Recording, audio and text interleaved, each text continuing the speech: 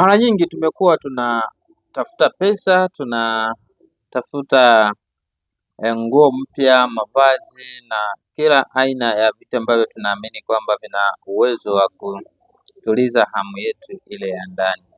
Vipi nikikwambia kwamba yote hayo hayana uwezo wa kutuliza hamu yako ya ndani? Leo na ujumbe unaosema mkumbuke mtu wako wa ndani.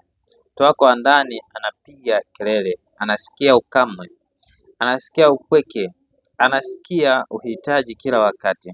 Na wewe unafikiri kwamba hiyo kelele, huo uhitaji, huo upweke, unahitaji ni pesa, unahitaji ni mke wako akutii, unahitaji ni watoto wako, unahitaji faraja ya marafiki, unahitaji faraja ya majirani, unahitaji faraja ya watu mbalimbali.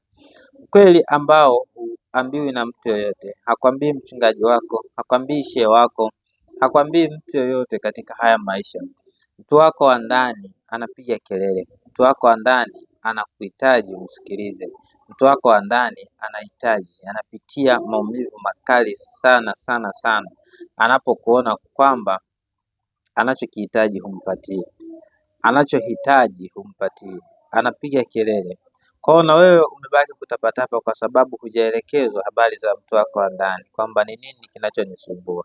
Unajitahidi kuwa na michepuko, unahitaji kuwa na wadada wenye shape fulani fulani, unahitaji kuwa na dada wenye rangi fulani fulani, unahitaji wakaka wenye rangi fulani fulani, unahitaji wakaka wenye aina fulani fulani ili kumtuliza mtu wako wa ndani. Sikilize kwa makini, mtu wako wa ndani hatatulia mpaka umtulize. Mtu wako wa ndani anapitia maumivu, anapitia changamoto, anakuhitaji umsaidie. Siku zote ukumbuke kwamba wewe ni roho, wewe sio huo mwili. Na ili maisha yako yawe salama, maisha yako yaanze kutulia, mpaka uisikilize roho yako. Kati ya mwili na roho, roho ina thamani zaidi ya mwili. Hivyo tunavyovihangaikia, angalia pesa, angalia mavazi, angalia ngono, angalia vitu fulani, labda pete za dhahabu, magari ya kifahari, vyote hivyo unavyovihangaikia, unahangaikia juu ya habari ya mtu wako wa nje, sio mtu wako wa ndani. Unahangaikia habari za mwili, unahangaikia habari za mambo ambayo utayaacha hata utakapoondoka na mtu wako wa ndani. Mtu wako wa ndani hahitaji vyovyote, na ndio maana atakapoondoka anaondoka yeye kama yeye.